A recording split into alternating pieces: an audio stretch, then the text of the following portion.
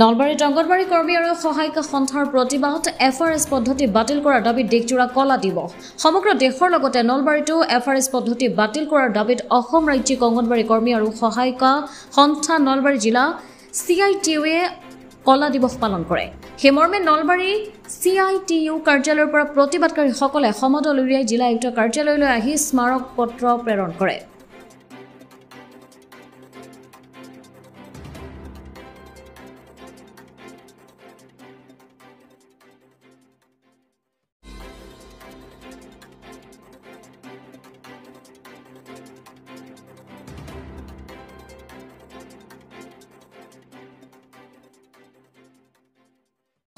আমাৰ সন্থাৰ যোগেদি স্মাৰক পত্ৰ দিম আমাৰ কেন্দ্ৰীয় মন্ত্ৰী অন্নপূৰ্ণ দেৱীলৈকে। তাৰোপৰি আপোনাৰ আমি তাৰমানে যিটো এফআৰএছ ফেচিয়েল ৰিকগনাইজন ছিষ্টেমত আমি বহুতো অসুবিধাৰ সন্মুখীন হৈছোঁ, কাৰণ আমাৰ হিতাধিকাৰীসকলৰ তাত আধাৰ কাৰ্ডৰ নাম্বাৰটো সংলগ্ন কৰিব লাগে আৰু সেই আধাৰ কাৰ্ডত থকা মোবাইল নাম্বাৰটোত এটা OTP যায়। সেই OTPটো আমি আৰু পোষণ টেকাৰ এপছটোত ভৰাব লাগে। আৰু আজিকালি আমাৰ হিতাধিকাৰীসকলৰ ঠিক তেনেকুৱা যিবিলাকৰ আৰ্থিক অৱস্থা বেয়া তেওঁলোকৰ তাৰমানে এটাই মোবাইল বাহিৰত লৈ যায় বা ৰিচাৰ্জ নাথাকে বা কিছুমান সেই নাম্বাৰটো চেঞ্জ কৰিছে। এতিয়া আমাৰ কাৰণে সিহঁতে সেই নাম্বাৰটো পুনৰ আনিব নোৱাৰে, কাৰণ তেওঁলোকে কৈছে আমি কি পাইছোঁ। তেওঁলোকে এই পেকেট খাদ্যবিলাক পাই কাৰণে তেওঁলোকৰ বহুত আপত্তি যে এইবিলাক গৰু ছাগলীৰ আহাৰ সেইবিলাক আমাক নালাগে। সেনেকুৱা আমাৰ মাজত অংগনবাড়ী কৰ্মী সহায়িকাৰ মাজত বহুতো বাক বিতণ্ডাৰ সৃষ্টি হৈছে। তাতে আমি সেই সমস্যাত পৰিছোঁ। তাৰোপৰি আমাক পেঞ্চনৰ ব্যৱস্থা কৰিব লাগে, মাননিৰ সলনি মজুৰি দিব লাগে। কাম অনুযায়ী আমাক এবাৰ কণা সাহস পতন দিয়াৰ দৰে অলপ পইচা দি থ'লে তাতে আমি কেনেদৰে চলোঁ, যিহেতু বস্তুৰ ইমান আজিকালি দাম, সেয়েহে আমি কেনেকৈ চলিম তাৰে কাৰণে আজি আমি ৰাজপথত ওলাই আহিছোঁ। আৰু প্ৰধান দাবী হ'ল আজি এফআৰএছৰ দাবী। অংগনবাড়ী কৰ্মী সহায়িকা সন্থা গোটেই অসমতে প্ৰতিখন জিলা DC মহোদয়ৰ জৰিয়তে অসমৰ লগতে ভাৰতৰ কেন্দ্ৰীয় সমাজ কল্যাণ মন্ত্ৰী তাত মেমৰেণ্ডাম পঠা হ'ব DCৰ জৰিয়তে। ইয়াৰ মূল লক্ষ্য হৈছে এফআৰএছ বাতিল কৰক।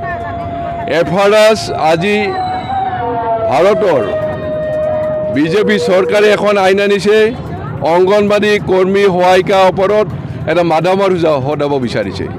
এই আইনখনৰ মূল লক্ষ্য হৈছে যে অংগনবাড়ী কৰ্মীসকলে অতি কম টকাত তেওঁলোকৰ স্কুলৰ কামখিনি কৰাৰ উপৰিও মহিলা যিসকলে ডেলিভাৰী হ'বলৈ আছে বা তেওঁলোকৰ সন্তানসমূহ ঠিকমতে থকাৰ কাৰণে যে তেওঁলোকৰ ঘৰত যাব লাগিব, সুস্থিৰমতে খাদ্য পাইছেনে পোৱা নাই খবৰ কৰিব লাগিব, আৰু তাৰে মাজেদি সেই মহিলাগৰাকীয়েও সেই নাম্বাৰৰ লগত অংগনবাড়ী কৰ্মী বা সহায়িকালৈ জড়িত হ'ব লাগিব।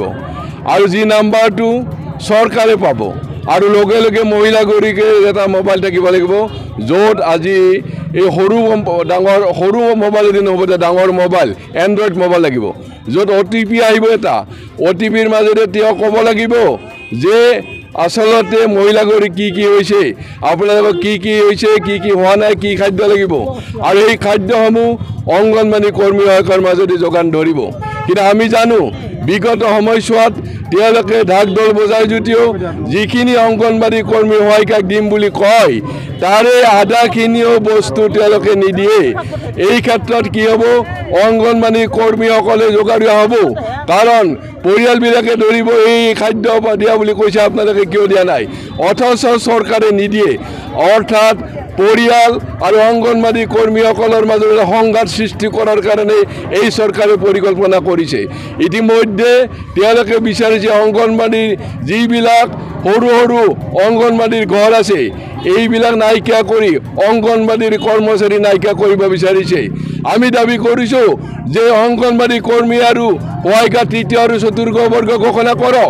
যেতিয়ালৈকে ঘোষণা কৰিব নোৱাৰে 10,000 টকা তেওঁলোকক মাননি দিয়ক। কিন্তু দুখ লাগে অসমৰ বিজেপি চৰকাৰ, কেন্দ্ৰীয় চৰকাৰে এই ক্ষেত্ৰত অপৰাধ। আনকি সমাজ কল্যাণৰ মন্ত্ৰী অজন্তা নায়কে লিখিতভাৱে কৈছিল যে 10,000 টকা আমি দিম, কিন্তু ইয়াৰ আমাৰ অসমৰ হৈছে মুৰব্বী হিমন্ত বিশ্ব শৰ্মাই যে হৰচন্দ্ৰ নিয়োগক আওকাণ কৰি 10,000 টকা দিলে নাম মাত্ৰ 500 টকা বৃদ্ধি কৰি দিছে।